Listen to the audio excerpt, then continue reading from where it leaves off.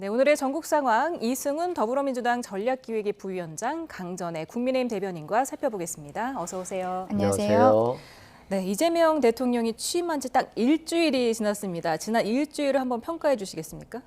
일단 뭐 일주일 가지고 평가하기는 좀 어렵긴 합니다만 전 정부의 내각들과도 이렇게 좋게 얘기하면서 뭔가 국정을 논의한다라고 하는 것은 이재명 대통령이 굉장히 포용적으로 지금 한순간도 시간을 아낄 수 없다. 그러니까 아껴야 된다. 그래서 전 정부 강령하고도 열심히 서로 대화하고 논의하는 모습들은 굉장히 성숙된 어떤 민주주의의 모습이 보이는 것 같고, 또 우상호 정무수석 같은 경우도 굉장히 사선 의원으로서 그 급에는 안 맞을 수 있습니다만 야당과 소통하고, 또 지난 총선에서 1호 불출마를 통해서 민주당이 개혁하는 데 또 앞장서고요.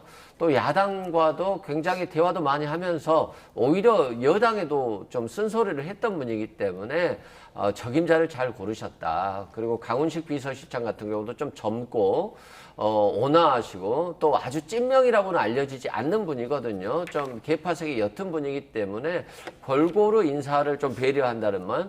그리고 경제정책수석이라든가 또 경제성장수석이라든가 또 재정기획보좌관 등 어떤 재정경제정책 분야에서도 신속하게 그런 비서관이라든가 이런 것들을 임명하면서 경제에 대해서 굉장히 신중하고도 신속한 모습들을 보여주고 있기 때문에 경제라든가 모든 국정 전반이 급속히 안정을 좀 찾아가고 있는 것 같아서 좀 다행스럽다, 좋다라고 말씀드립니다. 예, 강 대변인께서는 어떻게 보셨습니까? 일주일? 저는 일주일 좀 위태위태하지 않나라고 생각을 했습니다. 대외적으로는 외교 그리고 국방에 대한 부분들이 좀 우려가 있었고, 대내적으로는 지금 인선 같은 것들이 문제가 되고 있지 않나라고 생각을 하는데, 일단 지금 우리 대한민국의 상황이 미국과의 관계에 있어서 풍전등화인 상황에서 트럼프 전 대통령과의 통화가 그 과거보다 좀 오래 걸렸던 부분들, 그리고 우리 대통령실에서는 바로 그 부분에 대해서 브리핑을 했는데 미국 측에서는 브리핑이 나오는 데까지도 좀 시간이 걸렸던 부분들이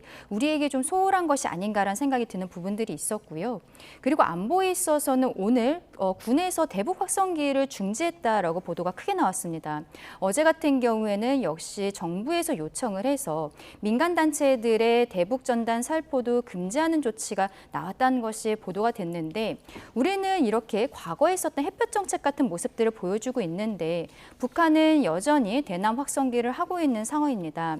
이게 인선과도 맞물려 있다라고 생각을 해요. 그 김민석 국무총리 지명자 같은 경우에 정치자금법에 대한 문제들도 있습니다만 반리 활동을 했었던 부분들이 있었고, 그리고 국정원장 지명자, 이광석 지명자 같은 경우에도 너무 친북이 아니냐라는 이야기들이 나오는 거거든요. 이분 같은 경우에는 문재인 정부 당시에 우리가 북한과의 관계가 굉장히 불정적이었다라는 평가를 받고 있는데 그때 핵심 직위를 갖고 계셨던 분입니다. 그런데 이런 분들이 들어온 상황에서 대북 확성기를 갑작스럽게 중단하고 이런 모습들이, 그리고 미국과의 관계가 원활해 보이지 않는 지금의 상황, 이런 것들 국민들께서는 현재로서는 아직 일주일밖에 되지 않았지만 완벽하게 안정적이다라고 보기는 어렵지 않을까라고 생각합니다. 네, 말씀하신 대로 오늘 오후 2시를 기해서 대북 확성기 방송이 중단이 됐는데 이에 대한 북한의 호응은 어느 정도로 이루어질까요? 저는 좋은 반응이 나올 거라고 생각해요. 일단 주민들이 굉장히 시끄러워가지고 살기 힘들다라고 할 정도로 주민 불편은 과다한 반면에 대북 확성기를 통해서 사실상 얻고자 하는 것이 무엇인지 잘 모르겠거든요. 마찬가지로 남한에서 대북 확성기를 중단했기 때문에 북한도 그에 상응하는 조치가 나올 것 같고, 바로 인접한 국가가 핵무기를 가지고 고도화시키고 있으면서 굉장히 위험한데 이렇게 사사로운 거 가지고 싸울 이유는 없거든요. 결국에는 평화 체제로 가야 되는 것이고, 북한과의 대화의 물꼬를 트기 위해서는 바로 이 대북 확성기 같은 것들을 중단함으로써 그 다음 단계로 넘어갈 수 있기 때문에 저는 평화 안전 조치로서는 굉장히 중요하다라고 말씀드리고, 한미 동맹 부분도 그래요. 뭐 윤석열 전 대통령 미국 가서 뭐 팝송 부르고 국빈 만찬에서 어떤 음식을 먹었네, 무얼 먹었네라고 하지만 실상 갔다 와서 얻어온 것은 아무것도 없거든요. 그래서 이재명 대통령이 이번에 G7 정상회의에 가는데 실은 갈까 말까 고민을 많이 했다라고 합니다. 그 이유는 아직 준비되지 못한 상태에서 트럼프를 만났을 때 관세 전쟁이라든가 한미 동맹 문제, 방위비 협상 문제 이런 것들이 노출됐을 때 잘 대처할 수 있을까를 고민했던 것인데 짧은 시간 동안 굉장히 많은 준비를 하고 있고 그래서 외교안보팀도 신속하게 꾸리고 있거든요. 그런 측면을 좀 바라봐 주시고 결국 외교는 성과입니다. 내가 하나 주면 상대방한테 받아오는 것이니까 이재명 대통령이 아마도 잘 할 것으로 보여집니다. 예. 근데 지금 상황에서 평화는 당연히 중요하다고 할 것입니다만 며칠 전에 그 IAEA에서 북한 영변에 새로운 핵시설을 발견했다라고 발표를 한 상황이거든요.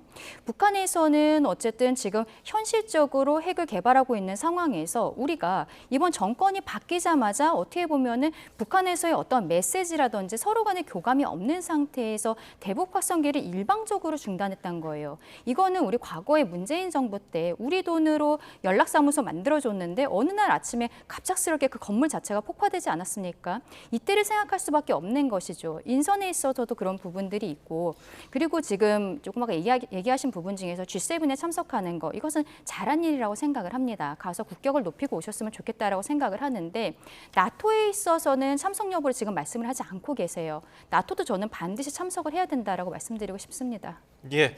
자, 그리고 오늘 이재명 대통령 한국거래소를 찾았거든요. 이건 어떤 의미로 봐야 됩니까? 일단 경제가 활성화돼야 되는데 주식시장이 너무 안 좋았잖아요. 3년간. 그렇기 때문에 사실상 국민들이 뭐 지갑을 열어보면 한 절반, 30~40%씩 다 마이너스가 됐던 상태예요. 그렇다 보니까 경제 활성화가 안 되고 돈을 오히려 사용하지 않고 지출을 줄였거든요. 그런데 기업이 중요하고 기업의 가치가 제대로 평가받고 부동산이라든가 이런 자산들은 안정화를 돼야 되는데 부동산은 투기를 통해서 많은 돈을 벌고 오히려 기업에 투자한 사람은 손해를 보는 상황. 일본이나 미국 같은 경우는 10년 사이에 주식이 주가가 2배, 뭐 3배 오른 것들이 태반인데 한국은 10년 전과 똑같았어요. 그런데 이재명 정부가 들어서고 뭐 한 일주일 만에 2,900포인트까지 갔다라고 하는 것은 그만큼 이재명 정부가 보여주는 기업에 대한 메시지라든가 또 기업이 건강해야 되는 것. 예를 들어서 기업들이 갑자기 좋은 회사를 물적 분할해서 대주주에는 이익이 되고 추주들에게는 주가가 폭락하는 그런 손실들을 봤었는데 이런 것들도 견제한다라든가 또 회사만을 위한 것이 아니라 주주들을 위한 것도 배려해야 되고 또 배당 정책과 관련해서도 기업은 배부르지만 오히려 회사에 투자했던 주주들은 배부르지 못하는 그런 것들 때문에 배당 정책도 좀 전환해야 된다던가 이런 전반적인 시장 경제에 대한 안정감을 줬기 때문에 외국인들이 워낙 많이 들어왔고요. 또 기관들도 투자에 나서면서 오히려 개인이 팔고 있기 때문에 저희는 좀 개인들이 좀 안정감을 가지고 대한민국 이재명 정부에 좀 믿고 좀 투자를 장기적으로 했으면 좋겠다 이런 생각이 듭니다. 네. 지금 어제 3대 특검을 의결했던 국무회의 자리에서 국무위원 다수가 우려를 대통령에게 전달했다고 하더라고요. 그렇죠. 왜냐하면 현재 국무회의의 그 인원들 같은 경우에는 윤석열 정부 때 장관들이 그대로 있는 상황이기 때문에 그 이전에 이러한 법안들에 대해서 제1구권을 의결했었던 이런 부분들이 있기 때문에 그때의 생각들을 지금 이재명 대통령에게도 이야기를 한 것이라고 생각합니다. 이재명 대통령 입장에서는 어쨌든 경청하는 모습을 보였다라는 것에 있어서는 저는 높은 점수를 주고 싶지만 결과는 좋지는 않았었던 것이죠.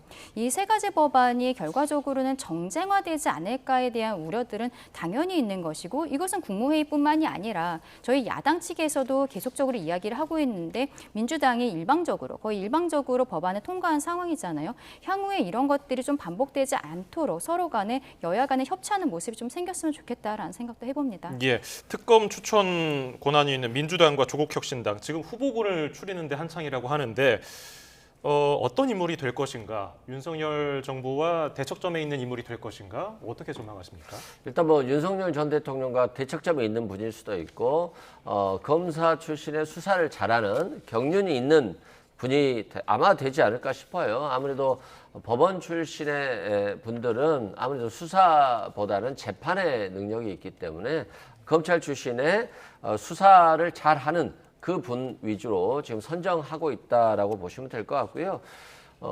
강요 회의에서는 당연히 윤석열 정부의 강요들이기 때문에 이 특검에 대해서 반대했습니다만 이분들은 실은 본인들이 얼마나 무능했고 얼마나 책임지지 못했던 이것에 대한 반성이 먼저다라고 생각돼요. 윤석열 정부 내에서 자신들이 잘못한 것에 대해서는 검찰을 통해서 털고 갔다라고 한다면 실은 윤석열 전 대통령이 내란도 범하지 않지 않았을까. 그런데 강요들이 그 직을 유지하기 위해서 윤석열 대통령을 따라가만 가다 보니까 쓴소리를 못 하다 보니까 결국 아무런 수사도 못 하고 정권 바뀌고 특검으로 이제 수사를 받게 되는 것이고 결국 본인들이 자초한 일입니다. 그래서 특검을 반대할 게 아니라 오히려 자신들의 잘못들을 뼈저리게 느끼면서 특검 잘 받고 내란에 동조한 분들이 있다라고 한다면 또 처벌까지 받아야 되지 않을까 싶습니다. 네. 지금 세 가지 특검이 동시에 진행된 것도 초유의 네. 상황이고 지금 검사가 120명이 맞습니다. 필요한데 어느 정도 규모라고 봐야 합니까? 이건 뭐 지방에 있는 검찰청 하나가 다 들어간다라고 생각하시면 될 것 같고요. 그리고 수사기간도 최대 170일까지 할 수 있기 때문에 올해 말을 넘어설 가능성들도 어느 정도 있는 것이라고 생각합니다. 저희는 특히 내란 특검과 관련해서 말씀드리고 싶은 것은 이미 내란죄로서 윤석열 전 대통령, 김용현 전 국방부 장관, 사령관들이 모두 기소돼서 재판을 받고 있어요. 이 특검에서 뭐 새로운 자료들이 나온다거나 해도 내란죄로서 다시 기소할 수는 없는 것입니다. 그리고 지금 나와 있는 어떤 형사적인 법 중에서는 가장 높은 것이, 가장 처벌형이 높은 것이 또 역시 내란죄인 것이거든요. 그러면 지금 기소되어 있는 사람들이 아닌 다른 사람들에 대한 그 수사가 굉장히 집중적으로 이루어질 것이라고 생각하고 저희 국민의 입장에서는 윤석열 전 대통령이 비상계엄 전후로 통화했었다라고 언론에 보도가 된 그 분들이라든지 당내의 분들이라든지 이런 분들에 대한 수사가 집중적으로 이루어질 것이라고 생각을 합니다. 그리고 김건희 특검과 관련해서는 그 안에 공천 관련한 부분들이 들어있어요. 그래서 과거의 공천 과정에서 있었던 뭐 공천관리위원장이라든지 공천 관련 위원들 이런 분들에 대한 휴대폰이라든지 당사에 대한 압수수색 같은 것들도 저는 당연히 있을 거라고 생각하고 그런 것들을 예정하고 있기 때문에 이렇게 대규모 수사 인력이 들어간다고 생각을 합니다. 그리고 하나 또 아이러니하다고 생각하는 게 오늘 이제 검찰청을 폐지하는 법안을 민주당에서 제출을 했어요. 그럼에도 불구하고 이렇게 검사들을 계속 쓰겠다는 거는 검사들의 수사 능력에 대해서 이재명 대통령과 민주당이 인정하고 있기 때문이라고 생각합니다. 오광수 민정수석 같은 경우에도 결과적으로 검찰 개혁을 하겠다라고 하면서 특수통 검사를 데리고 온 거지 않겠습니까? 저는 이번에 특검으로 지명되는 분들도 뭐 이제 추천이 들어가고 그다음에 임명이 될 것인데 조국 혁신당 같은 경우에는 검찰 쪽을 추천할 것이라고 생각하지 않지만 민주당 같은 경우에는 역시 특수통 검사를 추천할 것이라고 생각하고 이재명 대통령은 그쪽을 손을 들어주지 않을까라고 생각을 해요. 지금 보여주고 있는 자세들이 굉장히 앞뒤가 맞지 않다라는 부분들도 말씀드리고 싶습니다. 예. 국민의힘에서는 강하게 반발하고 있습니다. 정치 보복이라는 건데요. 여기서 더 나가서 국민의힘을 위헌정당으로 몰아서 정당 해산 심판 충고하는 거 아니냐 이런 목소리도 나왔습니다. 실제로 박홍근 의원 관련 얘기도 있고요. 어떻게 보십니까? 일단은 윤석열 정부에서 해야 될 것들을 하지 않았기 때문에 결국 민주당 정부에서 청소한다라고 보시면 될 것 같아요. 윤석열 전 대통령 뭐 공수처 수사도 안 받겠다, 검찰 수사도 안 받겠다. 그런데 경찰로는 수사받으러 간다라고 말은 안 하고 그러면서 또 특검은 국민의힘이 거부하지 않았습니까? 교묘하게 국민 불안을 야기하고 결국 헌법적인 절차에 따른 수사를 거부한 거거든요. 그렇기 때문에 이제서야 정권이 바뀌고서야 수사가 제대로 시작되는 것이다. 특히 한덕수 국무총리는 대통령까지 나오겠다라고 하는 분이 지금 출국 금지됐잖아요. 대통령실의 CCTV를 보니까 최상목 경제부총리라든가 한덕수 대행이 뭔가 내란에 동조한 그리고 자신이 당초에 진술했던 것과 CCTV가 모순된다라고 해서 출국 금지까지 됐고 결국 내각의 어떤 내란 동조 부분에 대해서 수사가 제대로 안 됐다. 그리고 노상원 씨의 어떤 수첩이라든가 여러 가지 외환 관련해서 북한을 이용해서 남한에 어떤 분란을 일으키고 그래서 국지적 분쟁을 통해서 어떤 계엄을 정당화시키려고 하는 드론기를 보낸 것 또는 뭐 여러 가지 자료들이 있거든요. 그래서 이런 부분도 좀 정리할 필요가 있고 위헌정당 해산 심판이라고 하는 것은 내란 특검을 통해서 정말 뭐 국민의힘 지도부라든가 또는 대통령실에서 국민의힘 지도부와 같이 연계해서 사실상 내란을 동조하고 함께했다는 부분, 그런 부분들이 나온다라고 한다면 위헌정당 해산 심판이 가능하겠습니다만 아직까지는 수사 결과가 아직 시작도 안 했기 때문에 좀 결과를 지켜봐야 될 것 같습니다. 네, 지금 아직 하와이에 머물고 있는 홍준표 전 대구시장이 오늘 페이스북에서 국민의힘을 향해 이재명 정권이 곧 정당 해산 절차에 들어갈 테니 각자 도생할 준비해드리라 해라 이렇게 비판을 했는데 왜 이렇게 말하는 걸까요? 그러니까 국민의 입장에서는 위헌정당 해산 심판 청구가 실제로 들어올 것이라고 생각을 하고 있습니다. 왜냐하면 앞서 말씀드렸던 뭐 내란 특검 이런 것들이 있어서 윤석열 전 대통령과 지휘유 같은 경우에는 이미 기소가 되어 있는 상황인데 말하자면은 저희가 당론으로서 탄핵 반대를 했었던 것 이런 것은 실상 뭐 내란죄와 관련한 형사적인 부분은 아닙니다. 그런데 비상계엄을 해제하는 표결에 있어서 그때 원내대표가 이쪽으로 오라고 했다가 뭐 당사로 오라고 했다가 왔다 갔다 하는 과정들에서 몇몇 의원들이 표결에 참석할 수 없었다라고 이야기했었던 부분들이 있죠. 아마 이 부분에 대해서 집중적으로 수사가 이루어질 것이라고 생각합니다만. 결과적으로 저희가 당 차원에서 이것을 뭐 막기 위해서 노력을 했다거나 그런 것이 없다는 것은 우리 국민들께서 이미 다 알고 계시는 겁니다. 다만 탄핵 반대 당론이 있었던 것이 문제가 되는 것이고 그리고 여기에 대해서 지금 김용태 비대위원장이 당론을 취소하자라는 이야기를 말씀을 드리고 있는 것이죠. 근데 계속적으로 민주당 입장에서는 대선 캠페인 처음 비상계엄 때부터 저희에 대해서 국민의힘은 내란 동조 세력이라고 이야기를 했고 그리고 대선 캠페인 과정에서 정치 보복은 하지 않겠지만 내란 척결에 대해서는 반드시 하겠다라는 이야기를 했기 때문에 그것은 국민의힘을 타겟팅하고 있다라고 볼 수밖에 없는 것입니다. 그러면 이 상황에서 내란 특검 같은 경우에는 브리핑 조항이 있잖아요. 중간중간 브리핑을 하는 과정에서 저희 당과의 어떤 연결고리가 조금이라도 드러나는 경우에는 이것을 꼬투리 삼아서 위헌정당 해산 심판 청구를 반드시 넣을 것이라고 생각을 하는 거죠. 그리고 이게 저는 헌재에서 당연히 기각이 될 것이라고 생각하지만 기각이 되기까지의 시간 한 반년 이상이 걸릴 것으로 보이는데 그 과정에서 민주당은 비상계엄 이후에 했던 것처럼 내란 세력이라는 프레임을 계속 씌울 것이라고 생각합니다. 그러면서 그 과정에서 특검은 계속적인 브리핑을 할 것이고 내년 지방선거는 다가오고 있는 것이죠. 이러한 전체적인 그 모습들을 보았을 때는 저희가 생각하고 있는 부분들은 과도하지 않다라고 생각하고 민주당 내에 근데 몇몇 의원들 같은 경우에는 국민의힘이 너무 과장해서 받아들이고 있다고 이야기하지만 저희로서는 현실화되어 있다고 생각할 수밖에 없다 말씀드리고 싶습니다. 예, 이런 가운데 국민의힘은 오늘 오전에 서울 고등법원에 가서 현장 의원총회를 열었죠. 이재명 대통령 파기환송심 사건이 추후 지정, 그러니까 무기한 연기된 것에 대한 규탄이었는데요. 어떻게 보셨습니까? 아니 사법부를 규탄해야 될 거 아니에요. 왜 민주당을 규탄하죠? 그리고 헌법 84조에 따라서 법원이 자체적으로 결정한 겁니다. 내란죄, 외환죄를 제외하고는 소추되지 아니한다라고 하는 것은 결국 기소와 재판을 의미하는 것이기 때문에 법원에서도 헌법 84조를 존중해서 대통령 임기 기간 동안에는 국민의 선택에 따라서 대통령으로서의 권한, 의무를 제대로 이행하라. 라고 하는 것이고 그래서 재판을 중단한 것이지 이게 위헌적인 것이 아니거든요. 그리고 우리 다수설도 그렇게 얘기했습니다만 결국 법원들도 대통령이 대통령으로서 임무를 수행하는 것이 맞다라고 본 것이고 미국도 트럼프 대통령에게 그렇게 하잖아요. 결국 국민의 선택 위에 사법부가 설 수 없다는 것이고요. 사법부도 마찬가지로 그런 사법적 자제, 헌법 존중을 통해서 오히려 행정 권력과의 건강한 긴장 관계를 유지하고 그게 결국 사법부 독립으로 이어지는 것이거든요. 그래서 법리에 맞고 현명한 결정을 한 것이다라고 생각됩니다. 근데 이제 트럼프 이야기를 하셨으니까 말씀을 드리는데 트럼프 미국 대통령 같은 경우에도 대통령으로 당선되기 전에 4가지 사건으로 기소가 돼서 재판을 받고 있었습니다.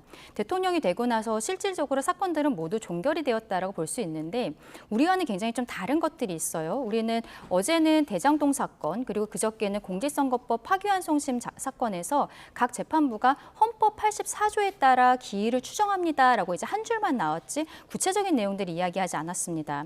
그런데 미국 같은 같은 경우에는 특검 측에서 오히려 재판을 취소를 요청을 한 것이 있는데 그때 내용을 보면은 우리 미국에게는 두 가지 원칙이 있다. 첫 번째는 대통령이 직무 수행을 함에 있어서 안정적으로 해야 된다라는 것이고 그리고 한 가지는 그럼에도 불구하고 미국에는 법 위에 있는 사람은 없다라는 이야기를 합니다. 하지만 특검 입장에서는 대통령의 직무 수행이 더 중요한 가치라고 생각하기 때문에 공소 취소에 대해서 기소 취소에 대해서 신청을 한다는 이런 내용들이 있는 것이죠. 그리고 거기에 대한 법원의 결정문이 있는데 이런 것들을 모든 미국 국민들이 열람을 할 수 있게 하고 있어요. 그러니까 우리 국민들께서도 이게 재판부에서 그냥 단순히 재판을 진행하는 과정에 있어서 헌법 84조를 해석을 했고 그 세 분이서 해석을 한 내용 같은 것들은 전혀 이해가 나오지 않는 것입니다. 국민의 입장에서는 이것을 헌법재판소에서 원칙대로 해석을 했으면 그때 우리 국민들께서 미국처럼 결정문을 보실 수 있는 거예요. 결정문을 보고 나서 국민들이 납득하는 것과 지금 재판부가 어떠한 근거인지도 알 수 없는 상태에서 단 한 줄로서 헌법 84조의 근거에서 그냥 추정한다고 이야기하는 거는 전혀 다른 이야기라고 생각을 하는 거거든요. 그런 부분에서 규탄을 한 것이고 또 나머지 재판부들이 있습니다. 아직 나머지 재판부들이 기일을 어떻게 할 것인지 정하지 않고 있는데 이 부분들은 원칙에 따라서 진행이 돼야 되는 것이라고 말씀드리고 싶습니다. 네, 앞서 잠깐 언급을 해주셨지만 민주당이 오늘 검찰개혁 법안을 발의를 했는데 구체적으로 뭐가 달라지는 겁니까? 지금 이게 정부와 아직 협의가 안 된 상태고요. 지도부에서도 결정이 안 된 상태예요. 이제 기본적으로 검찰이 기소권과 수사권을 두 가지를 다 갖고 있다 보니까 야당 탄압 수사를 3년 내내 한다라든가 또는 너무나도 오랫동안 압수수색을 한다라든가 이런 이제 비판적 시각이 있어서 수사와 기소를 분리함으로써 검찰 권력이 과도하게 어떤 수사를 정치 보복이라든가 정적 제거에 사용한다라고 하는 거 이걸 이제 막아보자라고 하는 것인데 그 중에 하나가 수사는 중수청에, 기소는 기소청에 두는 것이에요. 그리고 이제 그걸 어느 부서에 둘 것인지도 이제 논의의 대상인데 저는 이제 민주당이 좀 더 심사숙고해서 할 거라고 봅니다. 왜 그러냐면 어차피 검사가 중수청으로 가서 수사하고 검사가 기소청으로 가서 기소하면 그 기소청장과 중수청장을 대통령이 임명할 거잖아요. 그러면 어차피 이원화 된다라고 보다는 그냥 조직만 분리해놨지 똑같다라고 볼 수도 있거든요. 그래서 검찰의 정치 보복을 막는 방법이 중수청과 기소청으로 분리를 통해서 견제하는 방법도 있을 것이고 그 방법은 여러 가지 있을 것이고 또 그 방법을 사용했다 할지라도 효과가 없을 수도 있어요.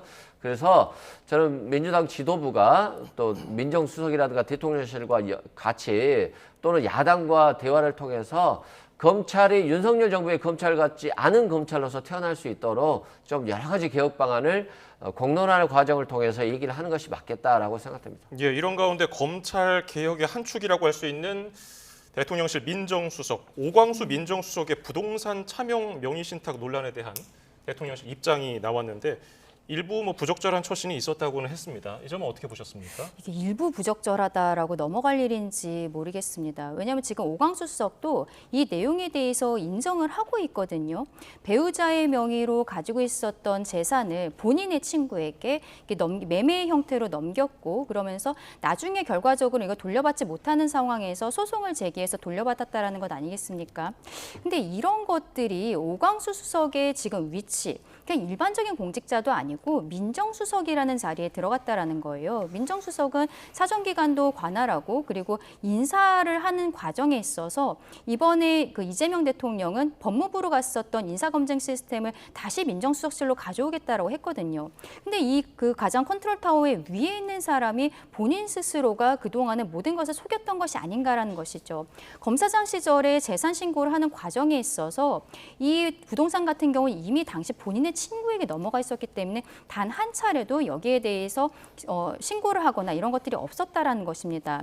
이게 명의신탁에 대해서도 문제가 되는 것이고 공직자윤리법에도 분명히 위배가 되는 부분들이 있거든요. 지금 그것을 넘어서서 역시 그 부동산을 담보로 해서 차명 대출을 받은 것이 아니냐는 의혹도 나오고 있는데 여기에 대해서는 오광수 수석이 기단이다 이야기가 나오지 않고 있어요. 어떻게 보면은 이 대출 부분이 더 큰 문제가 될 수도 있다라고 생각을 합니다. 근데 여기에 대해서 대통령실에서 일부 일부 부적절하다, 본인의 해명으로 됐다라는 형태로 이야기하는 것은 이 임기 초기에 이재명 대통령에 대해서 굉장히 많은 분들께서 기대를 하고 계시는 부분에 있어서 국민의 눈높이는 전혀 맞지 않는 것 같다라고 생각이 듭니다. 네.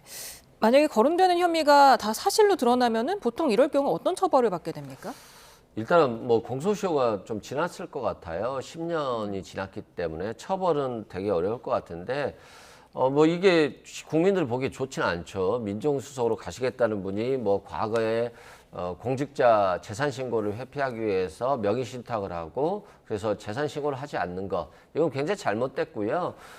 다만 만약에 이 부분에 대해서 오광수 민정수석이 부인했다거나 변명으로 일관했다라고 한다면 민정수석 자리 유지하기 어려웠을 거예요. 근데 솔직하게 국민께 사과하고 자신의 잘못했다라고 얘기하고 있기 때문에 아마도 정부 초기에 민정수석을 낙마시킨다라고 하는 것은 굉장히 또 부담이 되거든요. 뭐 장관이라든가 이런 분들을 임명을 하는 과정에 있어서 또 잘못된 부분이 있다라고 한다면 청문회가 있고 또 그런 과정을 통해서 걸러질 수가 있는 것인데 민정수석은 청문회가 없는 분이기 때문에 아마도 정권 초기에 앞으로 인사청문회가 이어질 상황에서 대통령으로서는 민정수석을 또 내려놓게 하기도 좀 부담스러운 시기입니다. 그래서 이번에는 일단 그대로 갈 것 같고요. 앞으로 강요 임명 과정에 있어서는 더욱더 이재명 정부는 윤석열 정부와 다르다는 모습들을 보여주기 위해서라도 더 참신하고 더 도덕적이고 더 능력 있는 분들을 잘 추천해야 될 것 같다라고 생각됩니다. 예, 그리고 오광수 수석은 결국 이재명 대통령의 연수원 동기이고 이재명 대통령의 최근 일주일간의 인선을 보았을 때는 어떤 국민통합 이런 기치를 올렸습니다만 일단 정권 초기에 드라이브를 걸어야 된다는 생각을 강하게 갖고 있는 것으로 보입니다. 그래서 앞서 제가 뭐 김민석 총리에 대해서도 문제 제기를 했습니다만 지금 나오고 거명이 되고 있는 분들 중에서 문제가 있는 것이 아니냐는 이야기가 나오는 분들이 뭐 위성락 실장이라든지 다른 분들도 또 있는 것이거든요. 근데 보았을 때는 본인이 손발을 한번 맞춰봤던 분들이에요. 오광수 수석 같은 경우에는 검찰 출신이기 때문에 민주당 내부에서도 뭐 서영교 의원이라든지 이런 분들이 언론에 처음에 내정자였을 때 부적절하다라는 형태로 이야기를 했었고 조국혁신당에서 굉장히 강하게 반발했습니다. 경찰 출신의 황운하 의원 같은 경우에는 개가 주인을 무는 상황이 반복될 수 있다. 이런 이야기를 했고 검찰 출신의 박은정 의원도 굉장히 강하게 질타를 했었거든요.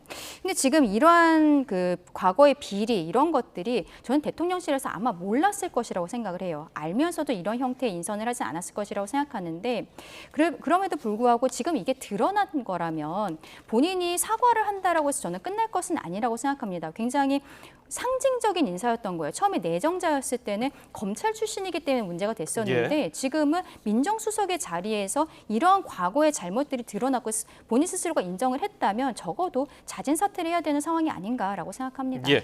자, 그리고 민주당 원내대표 이제 모레면은 결정이 됩니다. 새로운 원내대표가 나오는데 지금 도전장 내민 김명기 의원에게 아들 취업 청탁 의혹이 제기되니까 김 의원은 문제가 있었다면은 모든 책임을 지고 의원직을 사퇴하겠다 이렇게 정면 돌파 의지를 밝혔어요. 당내에서는 어떤 분위기입니까? 그러니까 이제 아마 김병기 의원의 이 의혹에 대해서는 과거에 감사원이라든가 국정원에서도 자체 조사를 했던 것 같아요. 그래서 문제 없다라고 결론을 낸 것 같고 좀 김병기 의원의 얘기는 자신이 MB정부에서 부당하게 해고를 당했고 그 부당 해고에 대해서 법적으로 다투는 행정소송을 제기해서 재판 중이었는데 자신의 아들이 국정원에 지원을 해서 면접이라든가 필기시험, 실기시험을 다 합격했는데 신원조회에서 갑자기 틀어진 것을 보면 오히려 자신이 행정소송을 했다는 것만으로 아들이 불이익한 대우를 받았다. 그래서 자신의 부인이 그것에 대해서 항의를 했고 그리고 그 다음 이제 경력직 채용 과정에 있어서 성실하게 임했는데 이제 합격이 된 부분이기 때문에 오히려 피해자다라고 이제 주장을 하시는 거고요. 그 부분에 대해서는 김병기 의원이 의원직을 걸고 자신 있게 할 수 있다라고 하고 있기 때문에 앞으로 뭐 언론이라든가 여러 군데에서 이런 부분에 대해서 더욱더 검증을 할 거라고 봅니다. 그럼에도 불구하고 본인이 억울하다, 정면 돌파하겠다라고 하는 것이니까 좀 더 추이를 좀 지켜볼 필요가 있을 것 같습니다. 네, 이 아들 채용 청탁 논란이 민주당 원내대표 선거에 영향을 미칠 것으로 보십니까? 그렇죠. 지금 김병기 의원과 서영교 의원 이제 두 분이 맞붙은 것으로 생각이 되고 14일에 이제 결정이 나는 상황에서 이러한 보도가 나온 상황이라면 13일이죠? 저는 적어도 원내대표 후보로서는 사퇴를 하는 것이 맞지 않나라고 생각을 합니다. 지금 이것이 사실이라면 의원직을 사퇴하겠다라고 이야기를 하고 있습니다만 어쨌든 수사가 이루어져야 되는 상황이고 당장 이런 분이 원내대표로 있다라는 것에 있어서는 서로 여야 간의 이야기를 하는 과정에 있어서 좀 문제될 수 있는 부분들이 있지 않나 생각을 합니다. 그리고 지금까지의 상황에서는 이 녹취가 드러나지는 않았었던 것으로 보여요. 과거에 어떤 검증이라든지 이런 것들이 있었을 때는. 근데 이 녹취의 내용을 보면은 너무 명확하게 이야기를 하는 부분들이 있거든요. 그리고 여러 차례 채용이 되려고 노력을 하다가 안 되고 결과적으로는 채용이 된 부분들이 있습니다. 그런데 지금 상황에 있어서 김병기 의원은 뭐라고 얘기하냐면 이게 녹음이 되었는데 국정원 실장 같은 경우에는 오래된 일이어서 기억이 나지 않는다라고 하고 그리고 배우자가 이거를 유출했을 리는 없는 거잖아요. 한 2016년 정도에 있었던 일인데 아마 김병기 실장은 이게 업무폰을 포렌식을 해놓은 것이 아니냐라고 생각을 하는 것 같아요. 그래서 그것을 가지고 지금 이 문제 제기를 하는 사람을 색출해야 된다. 본인이 이런 이야기를 하고 있어요. 전통적으로 이게 메시지에 대해서 공격할 수 없을 때 메신저를 공격하는 이 방식이거든요. 오히려 이 사실관계에 대해서 말끔하게 정리를 해야 되는데 녹취가 어디서 나왔냐라고 이야기를 하는 것은 마치 이재명 정부는 이제 시작한 일주일밖에 되지 않았잖아요. 그러면 그 전에 윤석열 정부에서 미리 국정원에서 이 폰을 포렌식하고 가지고 있다가 지금 터뜨린 것이 아니냐라고도 생각할 수 있는 부분들이 있어서 이런 것들은 지금 태도가 굉장히 맞지 않다라고 말씀을 드리고 싶습니다. 국민의힘 얘기도 해보겠습니다. 대선 기간에 김문수 후보에서 한덕수 후보로 교체하려는 시도에 대한 당무감사에 착수를 했는데 이게 또 다른 갈등 요인이 되지는 않을까요? 근데 당무감사가 징계를 전제로 하지는 않는다라고 김용태 비대위원장이 명확히 밝힌 바가 있기 때문에 그런 것은 아니라고 생각을 합니다. 다만 이 조사를 받아야 되는 분들이 권영세 전 비대위원장이라든지 권성동 원내대표 그리고 이양수 사무총장 그리고 당시 비대위원 이런 분들에 대해서는 다 조사가 이루어질 것이라고 생각하고 이게 사실관계가 어떻게 드러나든지 간에 감정적으로는 굉장히 상할 수밖에 없는 상황인 것은 맞거든요.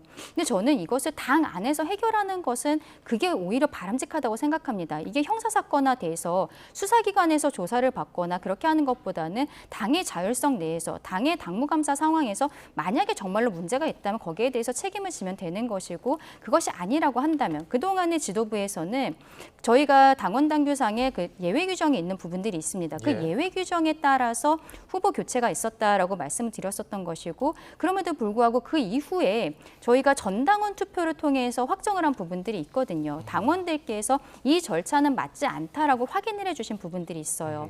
그리고 그 이전에 김문수 당시 후보가 가처분 신청을 했을 때 2개가 다 기각이 됐었는데 그때도 법원에서 당 내 자율성이라든지 이런 부분에 대해서 강조를 한 것이 있어서 저는 당무감사로서 바로 징계로 이어지지는 않을 것이라고 생각합니다만 여기에 대해서 어쨌든 감정적인 골 같은 것은 조금 깊어질 수도 있겠다라고 생각합니다. 네. 그런가 하면 원래 오늘 2시에 국회에서 국민의힘 의원총회가 열릴 예정이었는데 오후 1시쯤 권성동 원내대표가 의원들에게 문자로 소집 취소를 알렸거든요.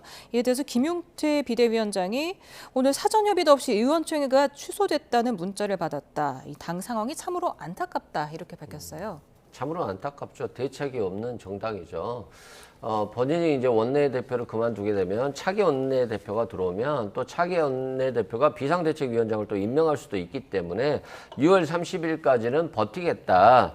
그래서 김용태 비대위원장의 어떤 개혁 정책에 대해서는 인정하지 않겠다라고 하는 것이에요. 그래서 바뀔 의지가 없다라고 하는 것이고 또 당무감사를 하는데 당무감사에서 잘못된 게 있다라고 한다면 징계를 해야 되는데 징계를 전제로 하는 것이 아니다라고 한다면 의미 없는 당무감사예요. 그러니까 이거나 저거나 다 의미 없는 행동들을 좀 하고 있는 것 같고 공당에서 오랜 경선을 통해서 민주적으로 후보를 선출해 놨는데 갑자기 새벽에 바꿔버린다, 무효화시킨다. 이거 자체가 비민주적인 정당이고 위헌정당이에요. 그래서 이걸 너무 당연한 것처럼 별거 아닌 것처럼 생각하는 것 자체가 심각한 지금 위기에 처한 국민의힘을 볼 수 있고요. 반성 많이 하고 개혁해야 됩니다. 국민의힘이 잘하는 것보다는 국민의힘이 못하면 결국 국민들도 피해가 돌아오는 것이거든요. 야당도 여당도 잘해야 되는 것이고 그 역할을 잘했을 때 국민의 삶이 더 좋아질 수 있기 때문에 저는 뭐 어렵겠지만 국민의힘이 황골탈퇴해야 된다라고 생각됩니다. 예, 개혁안이 우호적으로 분위기가 흘러가니까 일방적으로 취소한 거 아니냐 이런 주장이 나오고 있고요. 어제 재선 의원들이 김용태 비대위원장에 대해서 임기 연장에 힘을 실어줬는데 이게 영향을 줬을까요? 저도 어느 정도는 있지 않았을까라고 생각을 합니다. 근데 권성동 원내대표가 이야기하고 있는 것도 저는 굉장히 맞다라고 생각하는 게 원칙적으로는 저희가 16일에 새로운 원내대표를 선출을 하고 이 새로운 원내 지도부가 결정할 부분들인 것이거든요. 김용태 비대위원장의 임기는 6월 30일까지인 거고 그러면은 7월 1일자부터 새로운 비대위를 할 것인지 전당대회를 할 것인지 혹은 김용태 비대위를 계속 갈 것인지 이런 것들은 그때 당대표 권한대행이 되는 원내대표 쪽에서 결정을 하는 것입니다. 그래서 권성동 원내대표 같은 경우에는 그제 있었던 의원총회에서도 5시간이 넘게 이야기를 했지만 결론이 나오지 않은 부분들이 있기 때문에 서로 간의 갈등만 노출하는 것이 아니냐. 그러니까 새로운 원내 지도부가 들어와서 그때 마무리를 짓는 것이 맞지 않겠느냐라고 이야기를 한 것이죠. 저는 그 부분도 어느 정도 맞다라고 생각을 합니다.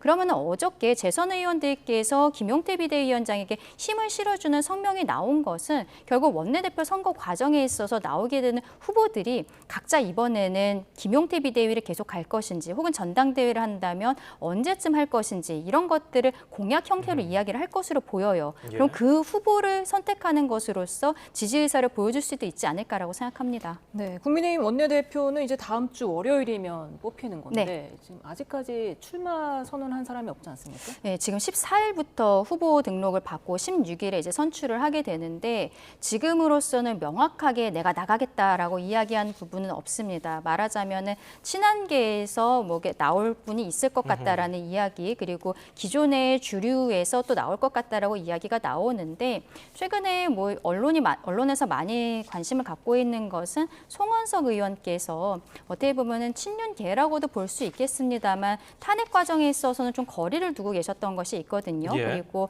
경제통이시기 때문에 지금 민주당과의 관계에 있어서 경제 전문가가 원내에서 협상을 하는 것이 맞지 않겠느냐 이런 이야기들이 있고 김도읍 의원도 계속 이야기는 나오고 있는데 김도읍 의원 같은 경우에는 과거 원내대표 선거가 있을 때도 늘 하마평에 놀랐어요. 근데 늘 스스로 고사를 하셔서 지금 같은 당의 혼란스러운 상황에서 출마를 하실까 약간 의문이 있는 부분들이 있습니다. 그리고 친한계에서는 그동안에는 그 한동훈 전 대표가 과거에 김성원 의원에게 그 원내대표 선거 출마를 권유했었다는 이야기들이 있기 때문에 김성원 의원 혹은 원내대표를 하기엔 조금 선수가 높아 보이긴 합니다만 육선의 조경태 의원이 나올 가능성도 있다. 이런 이야기들이 나오고 있습니다. 예, 알겠습니다. 오늘 말씀 여기서 줄이죠. 이승훈 민주당 전략기획위 부위원장, 강전의 국민의힘 대변인이었습니다. 두 분 감사합니다. 감사합니다. 감사합니다.